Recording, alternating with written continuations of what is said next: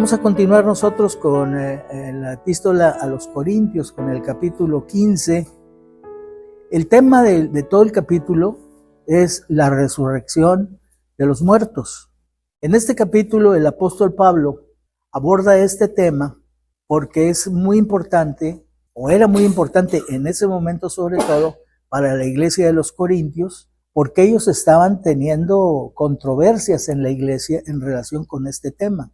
Y para introducirse, el apóstol Pablo inicia con una primera parte en la que les declara, una vez más, en primer lugar, el evangelio que les predicó. O sea, antes de entrar a tratar el tema controversial, primero él quiere asentar una base.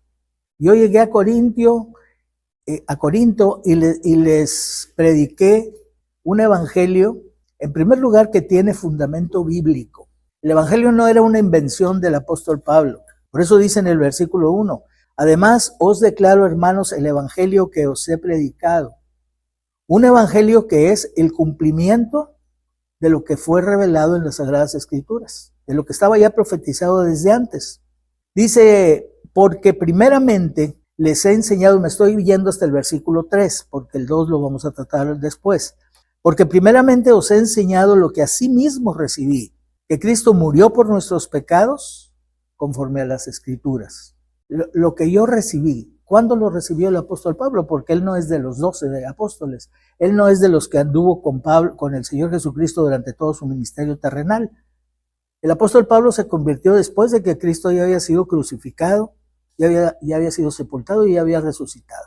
Entonces, él se encuentra en el camino a Damasco con el Cristo resucitado. Y ahí cambia toda la vida que en ese tiempo era Saulo de Tarso.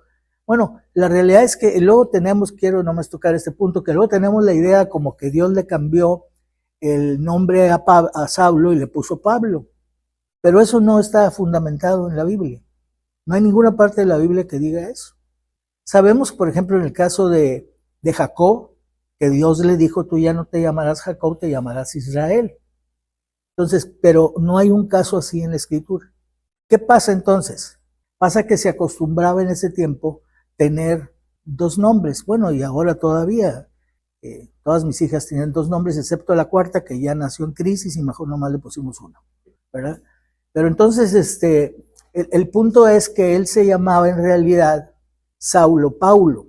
Saulo era un nombre hebreo y Pablo era un nombre griego, un nombre latino.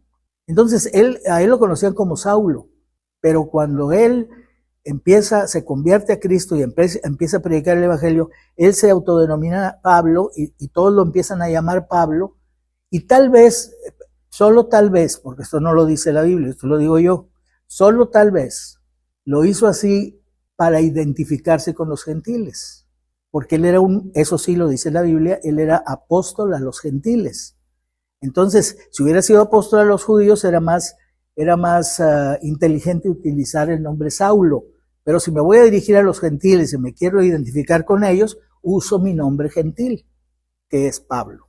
Entonces, dice Pablo que él recibió, conforme lo que yo recibí, pues él lo recibió directamente del Cristo crucificado. Si el Cristo crucificado le habló a él, en el camino a Damasco, él oyó una voz, un resplandor que lo cegó, cayó en tierra y escuchó a Jesús decirle, Saulo, Saulo, ¿por qué me persigues?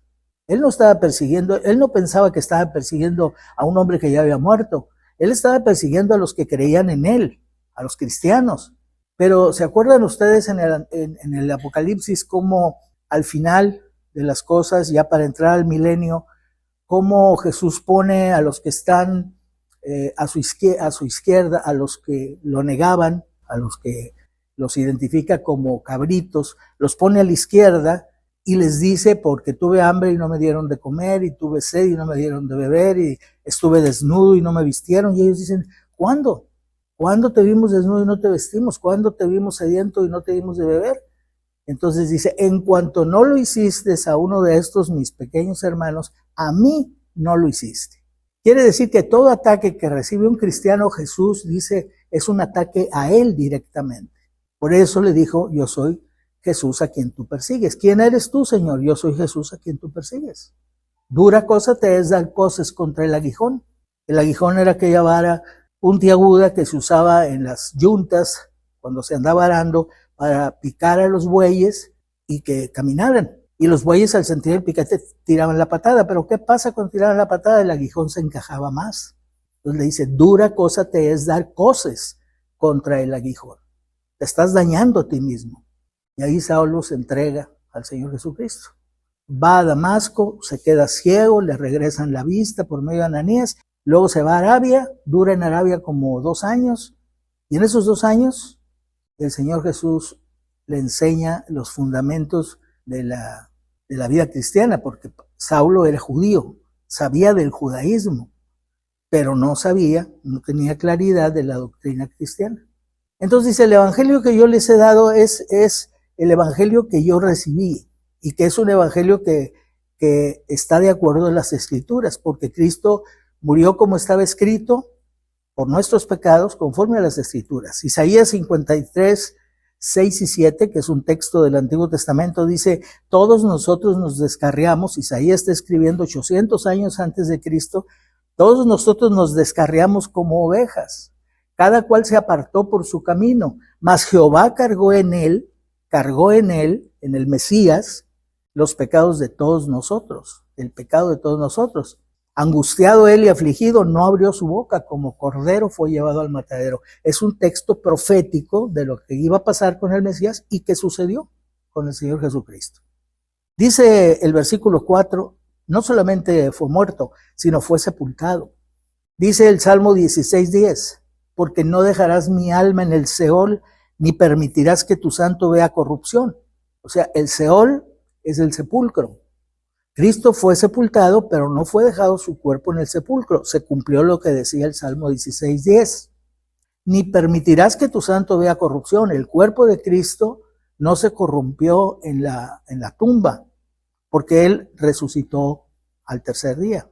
Y dice Hechos capítulo 2, versículos 25 al 27, en donde Pedro está hablando y cita el Salmo de David y lo aplica a Jesús. Dice Pedro, porque David dice de él. O sea, aunque lo escribió David, Pedro dice, David no lo estaba diciendo de sí mismo, lo estaba diciendo del que iba a venir, del Mesías, porque no dejarás mi alma en el Hades. Y ahí utiliza la palabra Hades, que es griega, pero que es sinónimo de Seol, que es hebrea. No dejarás mi alma en el Hades, ni permitirás que tu santo vea corrupción. Y luego dice Pablo, continuando, y que resucitó al tercer día, conforme a las Escrituras. Oseas capítulo 6, versículo 2, dice, nos dará vida después de 2 días. En el tercer día nos resucitará y viviremos delante de él. Así estaba profetizado. Y exactamente así sucedió con el Señor Jesucristo. Mateo 12:40 dice, porque como estuvo Jonás, esta es otra simbología del Antiguo Testamento, porque como estuvo Jonás en el vientre del gran pez 3 días y 3 noches, así estará el Hijo del Hombre en el corazón de la tierra 3 días y 3 noches. Entonces tiene razón Pablo, ¿no? Yo les prediqué un evangelio que está fundamentado en las Sagradas Escrituras, que estaba predicho. Ya si la gente no lo quiere creer, es libre, porque Dios nos ha hecho libres, pero de que hay un fundamento, lo hay. Luego, en segundo lugar, dice que además es un evangelio que tiene testigos oculares.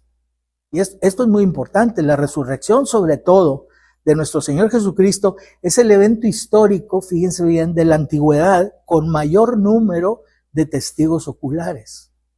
O sea, la historia universal nos habla de muchos eventos de la antigüedad. Pero ¿cuántos testigos tiene? Nada más el que lo escribe está diciendo que así sucedió. Y nosotros creemos la historia. Pero la resurrección tiene una gran cantidad de testigos oculares, de los cuales, cuando Pablo escribió esta carta, dijo que algunos de ellos todavía vivían.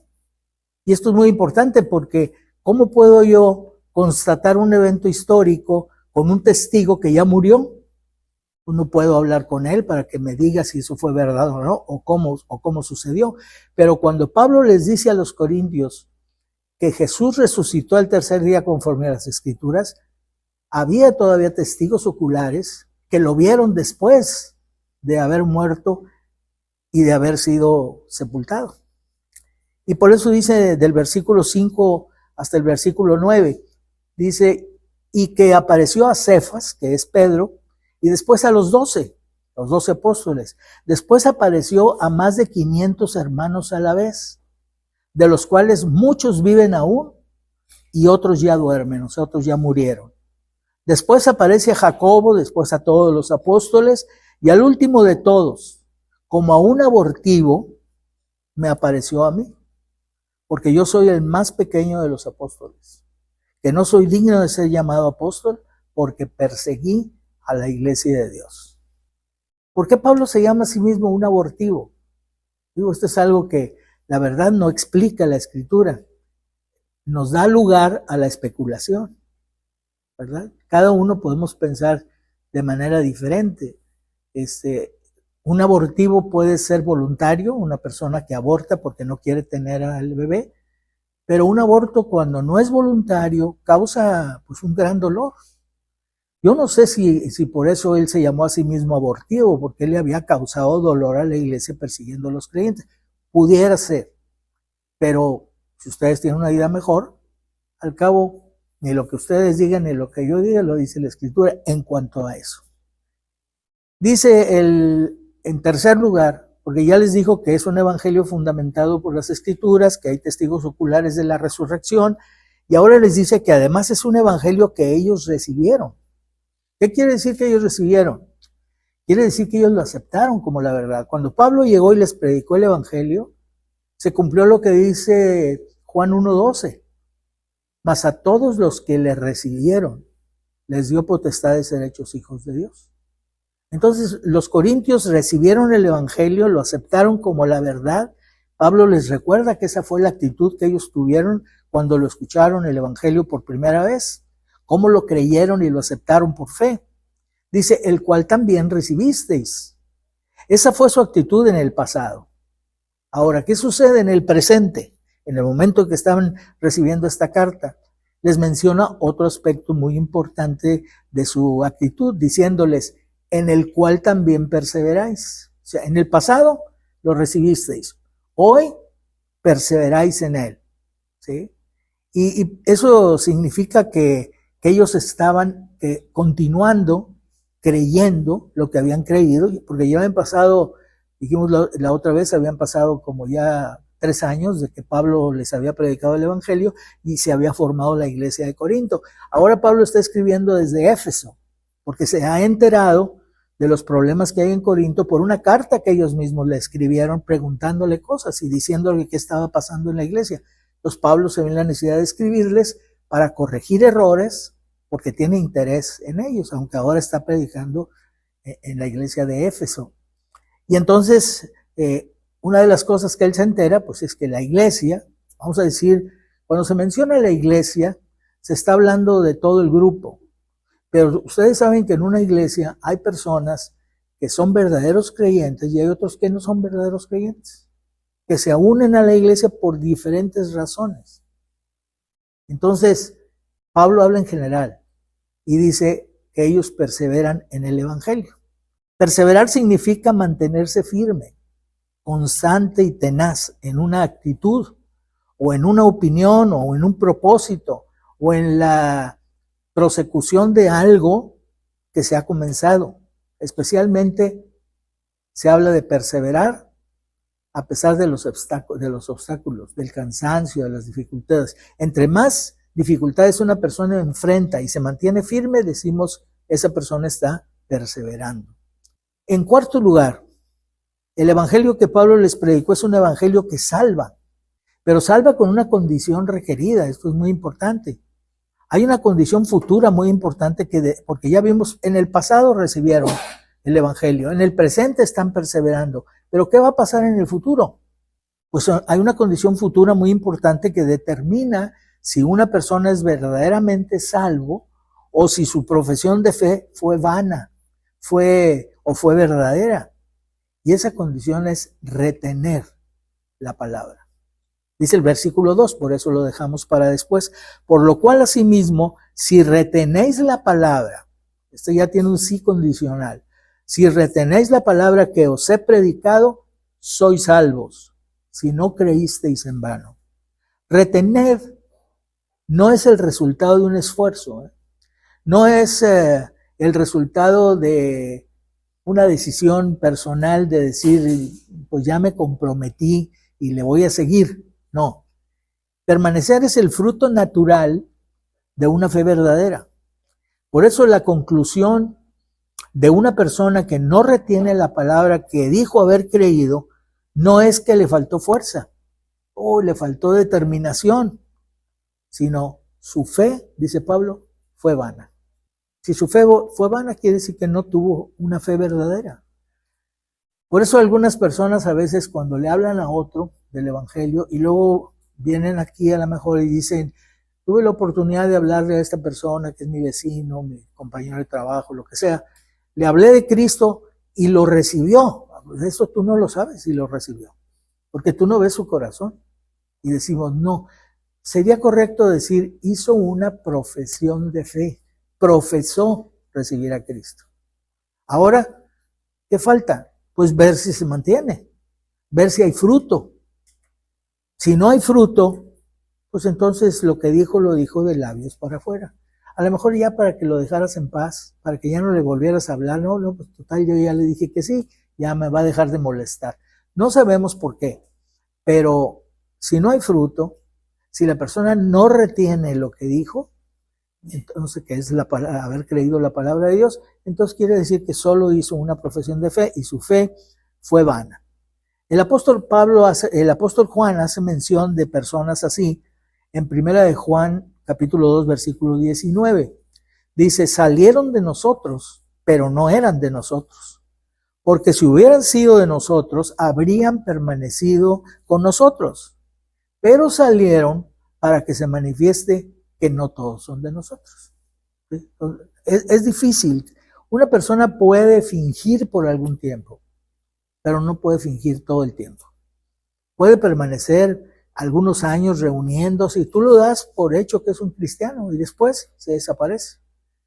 Y después te lo encuentras y te das cuenta que él ahora ha asumido otra posición, ha recibido otra enseñanza que le ha parecido mejor y que nulifica lo que había recibido de la palabra. Entonces dice, no, mira, es que ahora yo creo que las cosas son de esta manera y no de esa manera que ustedes dicen. Bueno, salieron de nosotros porque no eran de nosotros. En quinto lugar, el evangelio que él predicó es un evangelio que salva, pero es un evangelio que salva por gracia. El apóstol destruye además cualquier oportunidad de distorsionar la condición requerida para ser salvos de la que hablamos antes, que es retener la palabra, presentándose a sí mismo como una prueba viviente del poder transformador del evangelio. Porque como él dice, sois salvos, si retenéis la palabra, entonces hay que esforzarse, entonces es por obras, es por la fuerza de uno. Y Pablo dice, no confundas, no es lo mismo retener para lograr algo, para obtener la salvación, que ser salvo y por eso retener, ¿sí? Depende si el retener es causa o es efecto. Si es verdadero, es efecto de la salvación. Si quieres ganar el cielo o la vida eterna por medio de retener la palabra, entonces retener es causa para lograr un efecto que es la salvación. Pero la salvación es por gracia. Lo dice Efesios 2:8, porque por gracia sois salvos por medio de la fe. Y esto no de vosotros, porque es un don de Dios. No por obras, para que nadie se gloríe. Si la salvación fuera por obras, el que logra ser salvo, se sentiría superior a los demás, porque dice, ustedes no pudieron, yo sí pude. Pero ¿quién puede decir eso? Todos nosotros, si somos salvos, vamos a llegar al cielo y vamos a decirle al Señor, Señor, gracias, porque si no ha sido por ti, yo estaría en el infierno. No habría manera de que yo hubiera obtenido la salvación si no fuera porque tú moriste en la cruz del Calvario y pagaste por mis pecados y resucitaste y me diste una nueva vida. Si no fuera por eso, no estaría aquí. cuando eres salvo por gracia, así realmente pensarías. Entonces Pablo se pone a sí mismo como poniéndose como ejemplo del poder transformador del evangelio, y solamente por gracia. Porque antes él se ha mencionado ya como un testigo del Cristo resucitado, pero como el más pequeño de los apóstoles y como perseguidor de la iglesia. Y ahora fíjense lo que dice en el versículo 10, pero por la gracia de Dios soy lo que soy. Si ahora soy apóstol, si predico el evangelio, si sufro por causa de Cristo y no me importa dar mi vida, no es porque yo sea muy bueno, yo perseguí a la iglesia. No es porque yo haya hecho algo que me hizo lograr esta posición, no, es por gracia, porque así el Señor lo quiso. Y su gracia, además, no ha sido en vano para conmigo. Y me llama esto la atención porque a veces los padres se esfuerzan para tener a un hijo en la universidad, ¿no? Y que estudie, y que saque un título, y luego lo saca el título. Yo me acuerdo, estando en la universidad, me acuerdo de un amigo que decía, pues mira, yo estudié la medicina, la carrera de medicina. Estábamos, imagínense, en la Facultad de Ingeniería Mecánica, que fue donde yo estuve. Pero él había estudiado medicina y había terminado la carrera de medicina, pero no la ejercía, porque él nunca quiso ser médico. Pero su papá, que era médico, quería que él fuera médico. Y entonces, por gracia, sin que él tuviera que pagar nada, le pagó toda la universidad, pero su gracia del papá fue en vano, porque el hijo nunca fue médico, nunca trabajó como tal. Fue con el título y le dijo, papá, aquí está el título, ya soy médico. Hijo, qué bueno. Pero después estaba estudiando ingeniería mecánica. Eso era lo que él quería, ¿sí? Pero aquí la gracia de Dios no fue en vano con respecto al apóstol Pablo. Y dice, ¿por qué no fue vana para con él? Porque él ha trabajado aún más que todos ellos, se refiere a los demás apóstoles. Y aquí parece contradecir su gesto de humildad que tuvo antes, cuando se nombró a sí mismo el más pequeño de los apóstoles. Pero inmediatamente afirma, pero no yo. He trabajado más que todos ellos, pero no yo. Espérense, no me vayan a echar porras, ni me vayan a levantar un monumento, porque he trabajado más, pero no yo. La gracia de Dios conmigo. Porque sea yo, finalmente, o sean ellos, así predicamos y así habéis creído. En otras palabras, nosotros, ni ellos como apóstoles que anduvieron con Cristo, ni yo que soy un apóstol que fui enviado por el Cristo resucitado, dice, importamos. Ni ellos ni yo importamos. Lo principal es que ellos y yo predicamos el evangelio y ustedes lo han creído. En segundo lugar, del evangelio predicado y por ellos recibido, ya les dijo el evangelio que les predicó, ahora les habla de ese evangelio en donde está compuesto de muerte, sepultura y resurrección, fundamentado por las escrituras, atestiguado por mucha gente. Ahora pasa a tratar uno de los puntos del evangelio, que es la resurrección. Porque de aquellos aspectos del evangelio que Pablo les había comunicado, la muerte y la sepultura de Cristo eran inobjetables. ¿Han oído ustedes a alguien que niegue que Cristo murió? Nunca. ¿Han oído a alguien que niegue que Cristo fue sepultado? Nunca. Pues ¿qué sentido tiene si todos morimos y todos somos sepultados? Pues obviamente inclusive creer que Cristo murió y fue sepultado, pues es lo normal. Nadie objeta eso. Pero lo que objetan es la resurrección. Y la prueba es que las autoridades religiosas, cuando los guardias romanos que fueron puestos para cuidar la cueva y que resultó que la cueva estaba abierta, que se quedaron dormidos, que el cuerpo de Cristo ya no estaba, fueron primero con las autoridades religiosas, fueron con ellos. Y las autoridades religiosas, en colusión con las autoridades romanas, que eran las autoridades civiles, no intentaron desacreditar la muerte de Jesús. No desacreditaron el hecho de que había sido sepultado. Pero dice la Escritura que intentaron desacreditar la resurrección. Mateo 28:12 dice, y reunidos con los ancianos y habido consejo, dieron mucho dinero a los soldados, diciendo, decid vosotros, sus discípulos vinieron de noche y lo hurtaron. Es decir, se llevaron el cuerpo estando nosotros dormidos. Fíjense hasta dónde fueron capaces de llevar esa mentira. Hasta el grado de presentarse así como unos soldados ineptos. Pues ¿cómo es que te ponen de guardia y te quedas dormido y te abren la cueva, que no era cualquier cosa porque estaba puesta una piedra tapando la puerta de la cueva donde Jesús fue sepultado, y mueven la piedra y hacen todo el movimiento y tú ni despiertas, te quedas bien dormido? ¿Saben que eso ameritaba que los soldados fueran condenados a muerte? Porque habían fallado en su trabajo y ellos trabajaban para el Imperio Romano, eran soldados romanos. Pero la influencia de los ancianos iba a encargarse de ayudarlos. Ustedes no se preocupen, si el gobernador protesta, nosotros nos encargamos de hablar de él. Siempre la colusión de la iglesia con las autoridades, siempre, hasta hoy en nuestros tiempos. ¿Sí? La iglesia organizada, humanamente hablando, no la iglesia de Cristo, sino la iglesia que los hombres han organizado, se colude con las autoridades para ejercer el poder sobre los demás. Mateo 28:12 precisamente nos dice la mentira que inventaron. Los discípulos vinieron y lo robaron. Así que la parte más controversial del evangelio es su resurrección. Y esta es la parte toral del evangelio. Es decir, es la parte central, fundamental, la parte más importante. ¿Por qué? Porque el evangelio implica 5 acontecimientos muy importantes, fíjense: muerte, sepultura, resurrección, ascensión de Cristo y regreso en gloria.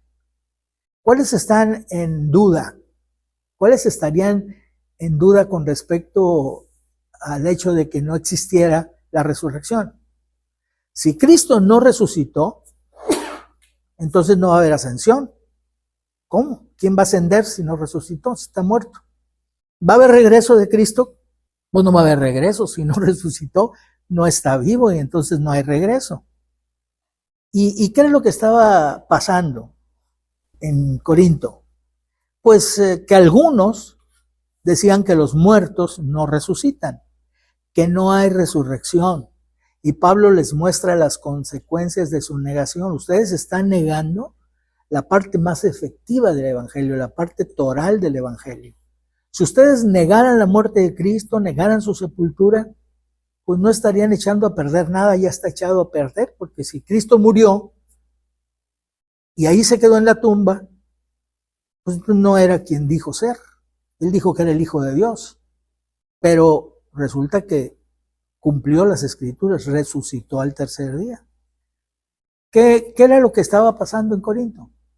Algunos, no toda la iglesia, pero algunos de la iglesia decían que no había resurrección de muertos. Versículo 12, pero si se predica que Cristo resucitó de los muertos, es decir, si una de las partes del evangelio que se predica y ustedes dijeron recibir, dijeron creer, es la resurrección, ¿cómo dicen algunos entre vosotros que no hay resurrección de muertos? Este era el problema que se estaba presentando en la iglesia. ¿Cómo dicen esto? No saben lo que implica lo que ustedes están diciendo. Porque si no hay resurrección de muertos, entonces Cristo no resucitó. No, nosotros estamos diciendo que no hay resurrección de muertos. Entonces, ¿cómo resucitó Cristo? Si Cristo resucitó, entonces sí hay resurrección. Pero si no hay, como ustedes dicen, entonces, pues Cristo no resucitó. Si no hay resurrección de muertos, dice el versículo 13, tampoco Cristo resucitó. Eso es lo que ustedes están diciendo. Y esto tiene consecuencias muy graves. Porque versículo 14, si Cristo no resucitó, vana es entonces nuestra predicación. ¿Qué estamos haciendo? Perdiendo el tiempo. ¿Qué estamos haciendo? Hablando de algo que no sirve, que no trasciende, que no pasa nada, que te mueres y ahí se acaba todo. Entonces, vana es nuestra predicación si Cristo no resucitó. Si Cristo no resucitó, vana es también nuestra fe. ¿En qué creíste? ¿Qué es lo que esperas por la fe? Porque la fe es algo que tú crees pero es algo en lo que te apoyas. Si quitas el apoyo, pues la fe no sirve para nada. Es como si te vas a sentar y yo me pongo detrás y te quito la silla. Y tú haces todo el movimiento que se hace para sentarse y vas a dar al suelo. Porque si no hay silla, pues no hay forma de sentarse. Entonces, si no hay resurrección, vana es vuestra fe. Y entonces, nosotros como apóstoles, dice, somos hallados falsos testigos. Fíjense todas las consecuencias, ¿eh? Si los muertos no resucitan, Cristo no resucitó. Si Cristo no resucitó, vana es tu fe. Si Cristo no resucitó, nosotros somos falsos testigos porque hemos testificado de Dios que Él resucitó a Cristo, al cual no resucitó, según ustedes, si en verdad los muertos no resucitan. Versículo 16, porque si los muertos no resucitan, tampoco Cristo resucitó.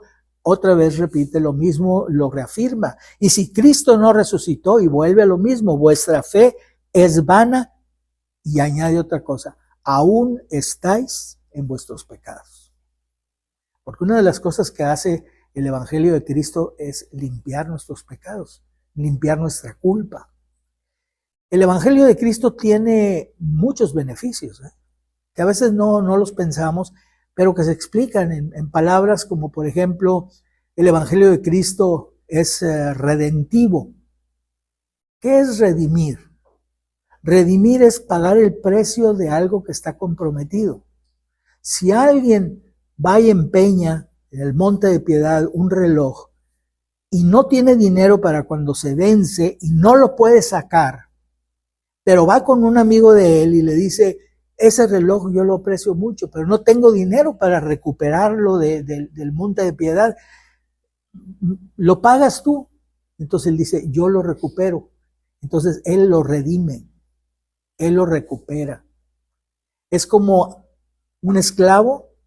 En los días de la esclavitud de los Estados Unidos, había personas que cuando iban al remate de los esclavos y podían pagar uno de ellos, lo pagaban, lo tomaban, ahora era de ellos, pero ellos le daban la libertad.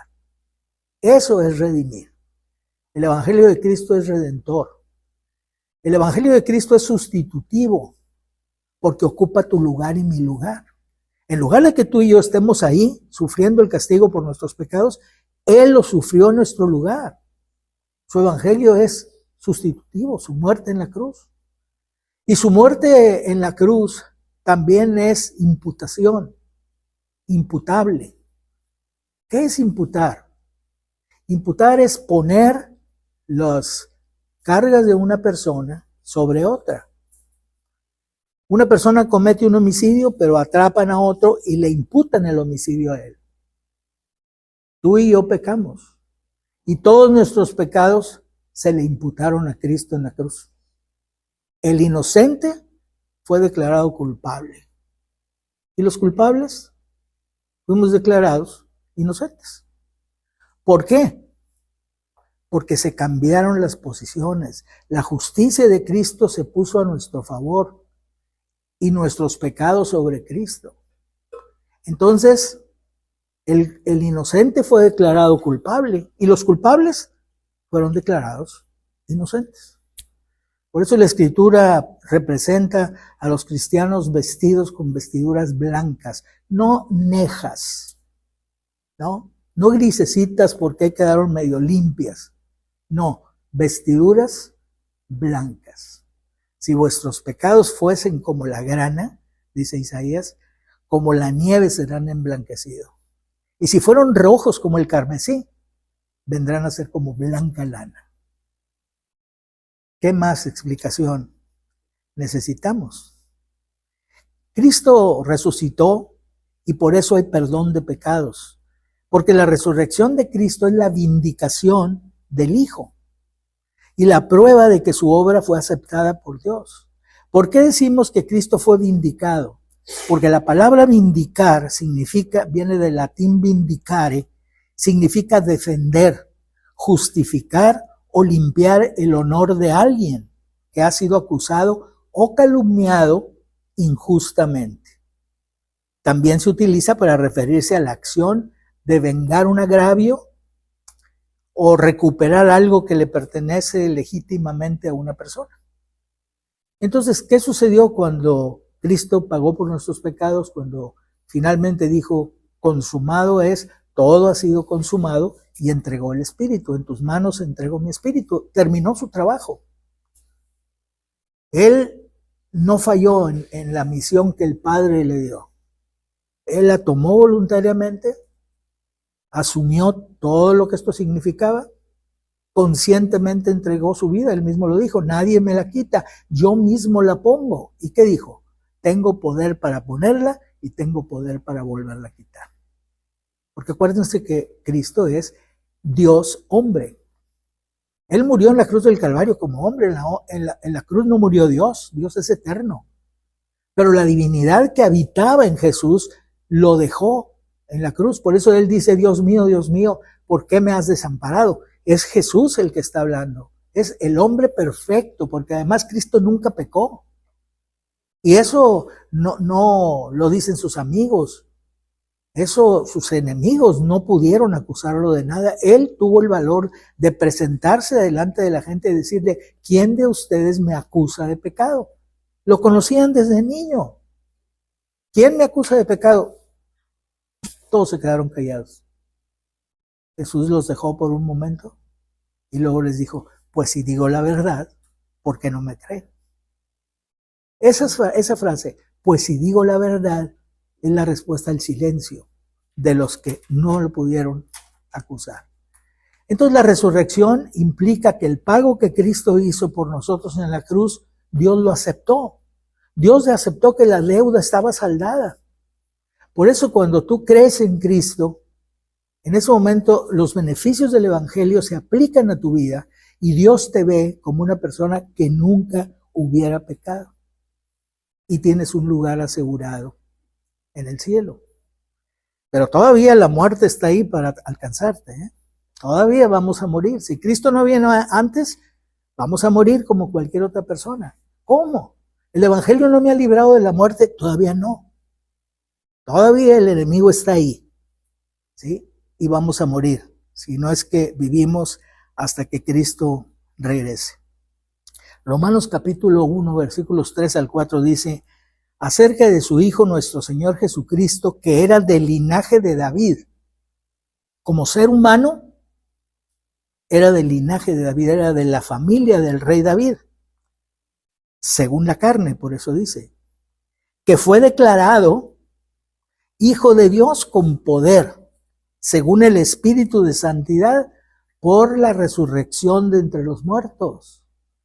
O sea, el cuerpo de Cristo, nadie dudaba que era descendiente de David, era descendiente tanto por María como por José. Los dos eran descendientes de David por diferentes hijos de David, por diferente línea, pero finalmente los dos llegaban a David. Jesús, que era identificado como hijo de José, cuando en realidad no era hijo de él, porque había sido engendrado por el Espíritu Santo, pero era hijo de María. Entonces era descendiente de David, nadie lo dudaba. Entonces su cuerpo mostraba su descendencia humana, pero él decía que era Dios, pero él decía. ¿Cómo se comprobó que era Dios?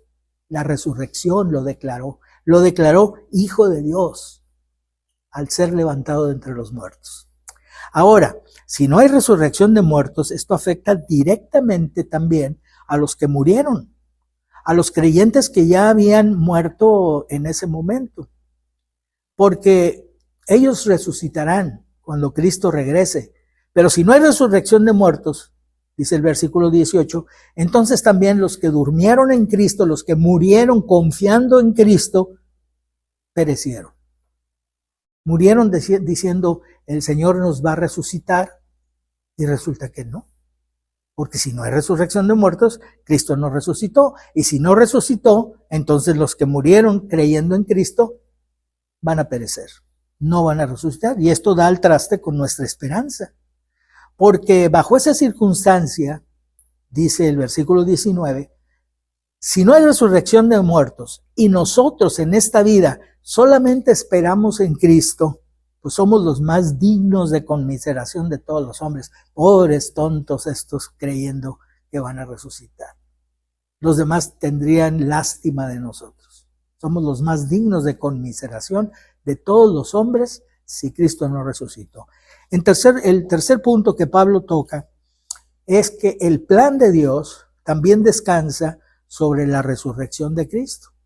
Por eso dice Pablo, aunque algunos de ustedes digan que no hay resurrección de muertos, la verdad es que sí la hay. Versículo 20, mas ahora la verdad es que Cristo ha resucitado de los muertos. Él es primicias de los que durmieron. Quiere decir que no va a ser el único, ¿sí? Es como cuando la Escritura dice que los judíos daban de ofrenda, por ejemplo, al Señor las primicias de la cosecha. ¿Qué eran las primicias de la cosecha? Pues los primeros frutos, ¿no? Cuando salían los primeros frutos, los primeros elotes, las primeras espigas de trigo, ellos juntaban eso y lo entregaban como ofrenda al Señor, las primicias. Pero, ¿eso era todo? Pues iban a quedar sin comer. No, el campo iba a seguir produciendo, esas eran las primicias. Faltaba que el campo produjera más. Y Cristo es primicias de los que durmieron, de los muertos. Él es el primero de la resurrección y garantía de que los muertos resucitan. Versículo 21. Porque cuando la muerte entró por un hombre, esto fue Adán, ¿sí? Antes de que Adán pecara, no había muerte. Adán hubiera vivido eternamente, Eva hubiera vivido eternamente. Pero cuando desobedecieron a Dios, se cumplió lo que Dios había sentenciado. De este fruto no van a comer. Pueden comer de todos los árboles del huerto. El hombre siempre es igual. Siempre somos iguales, ¿no? Podemos criticar a Adán, si quieren, pero somos iguales. Él tenía todos los árboles del huerto para comer, todos. Nomás uno no. De ese árbol que está ahí, no comas, ¿no? Y eso fue lo que hizo. Y nosotros somos así, se los he dicho algunas veces, ¿no? Algunos acostumbran dar el 10% de lo que ganan para el Señor. Pero lo dan a veces con dolor. Dice, ay, 10%. Y no se fijan que acá tienen 9 tantos. Acá tienen el 90%. Pero ponen el ojo en el 10%. Como Adán, teniendo todos los árboles, pusieron el ojo en el que no podían comer. Y el diablo, muy astuto, fíjense cómo planteó la pregunta. Con que no podéis comer de todos los árboles del huerto. Eso es una mentira. ¿Sí? Y Eva dijo, a ver, no, sí podemos de todos, menos de ese, porque Dios dijo que el día que comamos de él vamos a morir. No es cierto. Otro artimaña de Satanás, negar la palabra de Dios. Lo que Dios dice no es cierto. No van a morir, van a ser igual que él, y es lo que él no quiere competencia. Ustedes van a ser iguales que él, porque van a conocer el bien y el mal. Sí, en ese sentido estaba diciendo la verdad. Íbamos a ser igual que Dios en el hecho de conocer que existe el bien y el mal, pero no vamos a ser igual a Dios, no vamos a ser igual a Dios en el hecho de que Él no practique el mal. Él sabe, porque Él todo lo sabe, pero en ese momento Adán y Eva hicieron lo malo, conocieron el mal por experiencia y nos generaron a nosotros una raza pecadora, ¿sí? Por eso dice aquí, en Adán todos mueren. Todos los descendientes de Adán, díganme uno que no va a morir. Cristo, no, Cristo no es descendiente de Adán. Cristo no fue engendrado por José. Cristo fue engendrado por el Espíritu Santo, entonces Él no es descendiente de Adán. Él no heredó una naturaleza pecaminosa como nosotros. Nosotros tenemos una naturaleza pecaminosa que nos induce al mal. Y nosotros, si no tenemos poder para controlarla, pues hacemos lo malo. Y nadie tenemos ese poder. Hasta que recibimos a Cristo como nuestro Salvador personal, es cuando el Espíritu Santo viviendo en nosotros nos capacita, nos da poder. Ahorita cantamos algunos himnos que lo reflejan muy claramente. Dice, va en contra de mi ser, ¿no? Poner mi humanidad atrás. Dejar tu espíritu tomar control de mí. Eso no está fácil.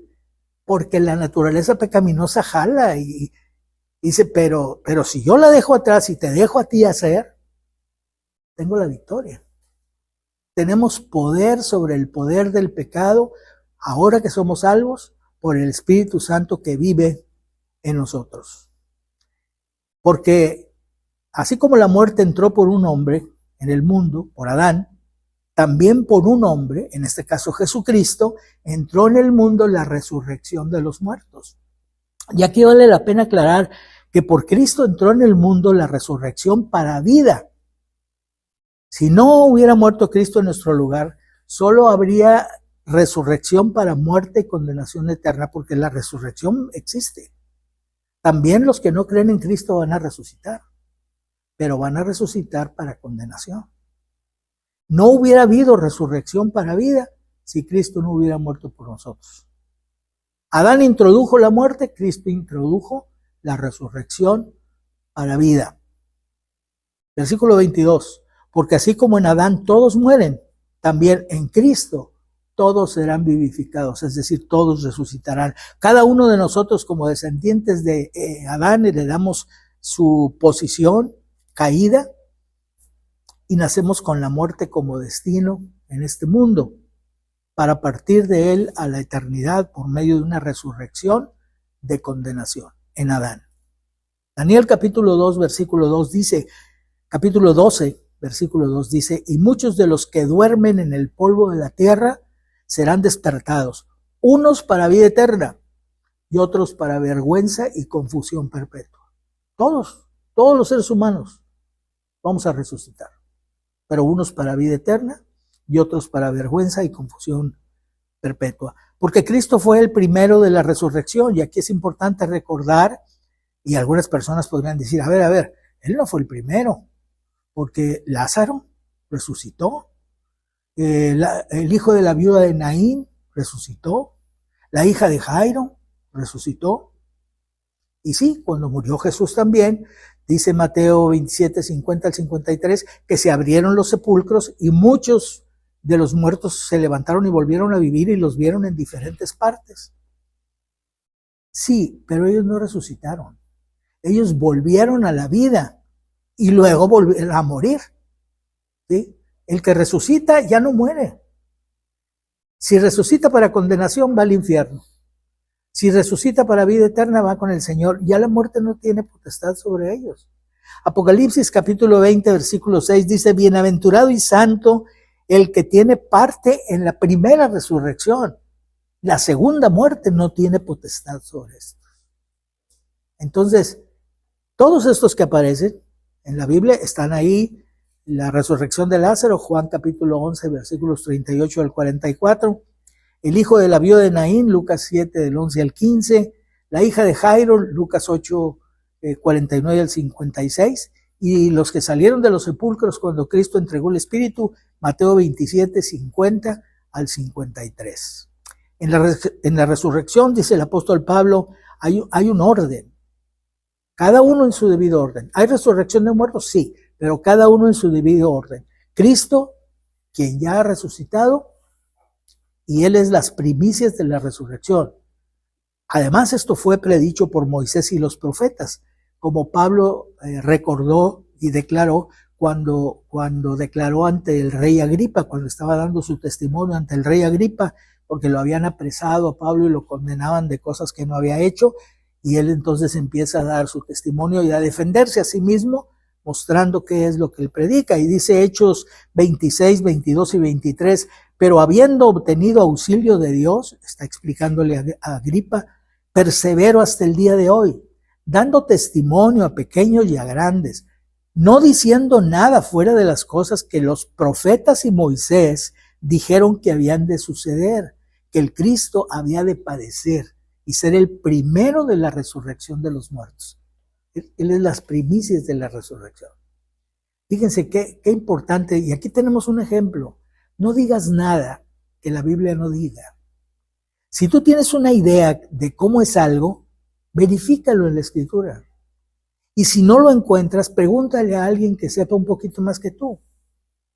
Y si él mismo te dice, no, es que la Biblia no dice nada al respecto, entonces desecha lo que tú pensabas, porque lo que nosotros pensamos que puede ser, no tiene valor. Hay textos, por ejemplo, textos en los cuales el apóstol Pablo no dice algo.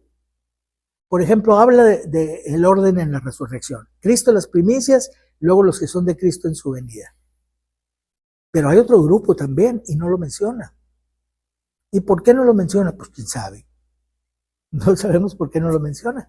Pero podemos asegurar que existe otro grupo. ¿Por qué? Porque ese silencio donde Pablo no menciona ese grupo, lo llenamos con otra parte de la Escritura que, hablando de lo mismo, nos dice que hay otro grupo que va a resucitar. Ah, ok, entonces este va aquí. Entonces Cristo las primicias, los que son de Cristo en su venida, y luego este otro grupo. Pero ¿por qué Pablo no lo dice? Ah, pues eso no sabemos. No tenemos idea de por qué no lo diga. Podemos pensar, yo creo que se le olvidó a Pablo.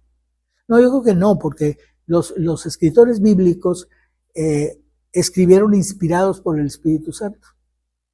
El Espíritu Santo les dijo lo que habían de escribir, trayendo la idea a su mente, y ellos la reproducían, la explicaban. Entonces, ¿por qué no incluyó esto? Podemos suponer cosas, pero no tienen valor, no tienen el valor escritural. Por eso me llama mucho la atención que Pablo dice que él dice todo aquello que dice la Escritura, nada fuera de las cosas que dijeron los profetas y Moisés. No digo nada fuera de eso, porque entonces no tendría autoridad. La autoridad está en que Pablo está enseñando exactamente lo que dice la palabra de Dios. Cristo las primicias, luego los que son de Cristo en su venida, que además esto se menciona en 1 de Tesalonicenses 4:16, porque el Señor mismo, cuando Cristo regrese, con voz de mando, con voz de arcángel y con trompeta de Dios, descenderá del cielo, y los muertos en Cristo resucitarán primero. Si tú o yo morimos antes de que Cristo venga, cuando Él venga, va a haber cristianos vivos. Y van a decir, qué padre, vamos a irnos con Él. Espérate tantito. Primero van a resucitar los que están muertos. Les damos un nuevo cuerpo, libre de pecado, y ahora sí. Y a ti te transformamos, y ahora sí juntos nos vamos con el Señor Jesucristo. Ahí está en 1 Tesalonicenses capítulo 4, yo estoy usando nada más el versículo 16, pero si tú quieres ver esto, pues vas y lees más ahí y te vas a dar cuenta que así son las cosas. Nosotros podemos decir que entre los versículos 23 y 24, es lo que les decía ahorita, está otro grupo dentro del orden de la resurrección. ¿Dónde se habla de ese grupo? En Apocalipsis 20, 4-6. Y vi tronos, y se sentaron sobre ellos los que recibieron facultad de juzgar, y vi las almas de los decapitados. Acuérdense que en los días de la tribulación, o sea, Cristo viene hasta las nubes, resucitan los que murieron en Cristo, los que están vivos son transformados, juntos son llevados con Cristo, ya no hay iglesia. Y vienen días, la manifestación del anticristo, los días de la tribulación, y muchos en la tribulación van a creer, pero van a morir porque el anticristo los va a perseguir y los va a matar. ¿Y qué dice aquí? De ellos habla. Y vi las almas de los decapitados por causa del testimonio de Jesús y por la palabra de Dios, y los que habían adorado a la bestia, y que no habían adorado a la bestia ni a su imagen, y que no recibieron la marca en sus frentes. Acuérdense que el anticristo marcará a la gente, y el que no tenga la marca no podrá comprar, no podrá vender, etc. Y ellos no lo tenían, no adoraron a la bestia ni a su imagen, ni tuvieron la marca ni en sus frentes ni en sus manos, y vivieron y reinaron con Cristo 1000 años. ¿Cómo que vivieron? Pues por medio de resurrección, no hay otra. Y entraron al milenio junto con Cristo.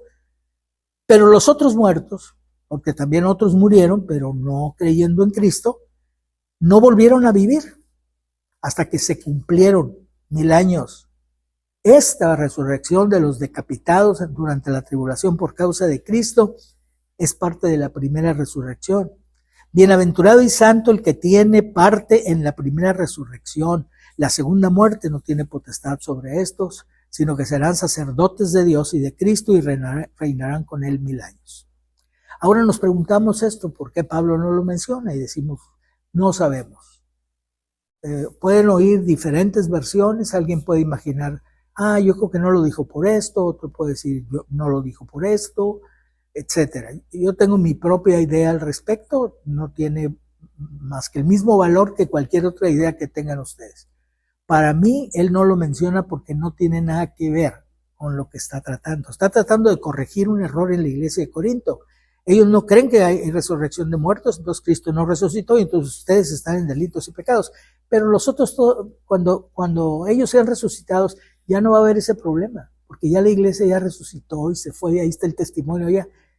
No ayuda a mencionarlos a ellos para resolver el problema. Eso creo yo. Pero eso no tiene el valor más que de mi imaginación. Versículo 24. Después el fin. Cristo las primicias, luego los que resucitan en su venida, los que son de él, luego el fin, cuando entregue el reino al Dios y Padre, cuando haya suprimido todo dominio, toda autoridad y potencia. Porque acuérdense que dice el Señor Jesús resucitado, les dice a sus discípulos en Mateo 28, todo poder me es dado en el cielo y en la tierra. Ahora la pregunta es, ¿Él ejerce hoy todo su poder en la tierra? No. En las regiones celestes hay gobernadores de las tinieblas, esos son autoridades. ¿Sí? Ahí está Satanás como líder de todos ellos, espíritus de maldad. Entonces, ellos dominan todavía las regiones celestes, influyen en el mundo sobre los hombres y sobre las mujeres. Cristo todavía no ejerce, lo tiene, pero no lo ejerce. ¿Se acuerdan como cuando el profeta señaló a David como rey? Porque esa fue lo que Dios le dijo, que David iba a ser el rey que iba a sustituir a Saúl. David ya lo sabía, pero todavía no era el rey, no lo ejercía.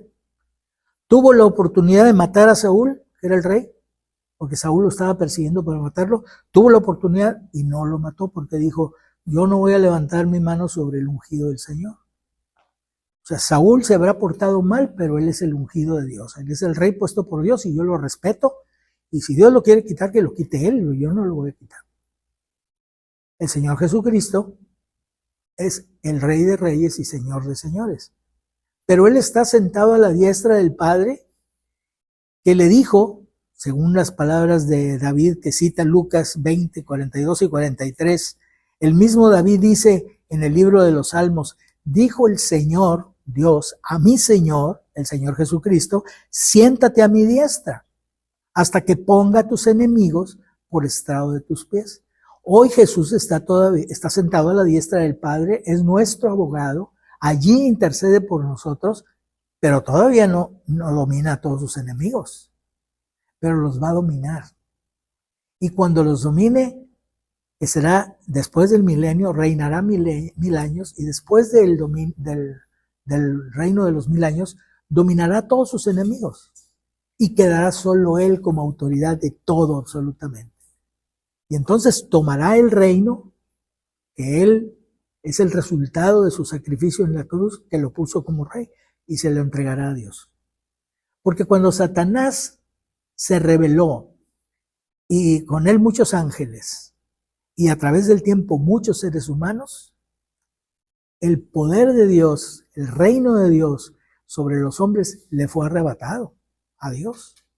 Cristo lo está recuperando con su sacrificio en la cruz, y al fin se lo entrega al Padre, aquí está lo que te fue quitado. ¿Sí? Y luego él mismo se va a someter finalmente a Dios también. Porque es preciso que él, el Señor Jesucristo, reine hasta que haya puesto a todos sus enemigos por debajo de sus pies. Conclusión, la importancia de la resurrección es tan grande que no podemos permitir, ni debemos permitir que nada ni nadie nos mueva de la esperanza que el Señor ha puesto en nosotros. Y esa esperanza es que no todo se va a acabar con la muerte. Pero aún así le tenemos miedo a la muerte, ¿verdad? Porque no queremos morir. Algunos dicen, yo no le tengo miedo a la muerte. Yo a lo que le tengo miedo es a cómo morir. No me gustaría morir ahogado. No me gustaría morir quemado. No me gustaría morir tirándome de un edificio. ¿Te imaginas? Cayendo de un edificio de 15 pisos, así uno que se tiró, ¿sí? Cuando iba por el cuarto piso, salió uno por la ventana y le preguntó, ¿cómo vas? Dijo, hasta aquí voy bien. ¿Sí? Así también mucha gente ahorita, hasta aquí va bien, pero van a morir. Y si no se han entregado a Cristo, cuando despierten en la resurrección de los muertos, en la segunda resurrección, va a ser para condenación. Hoy es la oportunidad de entregar nuestro corazón a Cristo, de ser salvos, de retener lo que hemos dicho creer desde hace tiempo. Creemos en el Evangelio de Cristo, creemos que Él pagó nuestros pecados, creemos que somos salvos, creemos que ya no vamos a ir a condenación y esperamos el momento precioso en que resucitemos y hemos muerto y nos unamos junto con Cristo. O si no habíamos muerto, seamos transformados. Pero mientras, hay un buen consejo del apóstol Pablo en 1 Corintios 15, 33. No erréis, las malas conversaciones corrompen las buenas costumbres. Y muchas veces esto lo vemos en relación con el pecado, nada más. Pero aquí en el contexto de 1 Corintios 15, quiere decir que la iglesia estaba siendo atacada por aquellos que decían que no había resurrección de muertos, tratando de convencerlos y dice, espérate, no los oigan, porque las malas conversaciones corrompen las buenas costumbres. Que Dios los bendiga.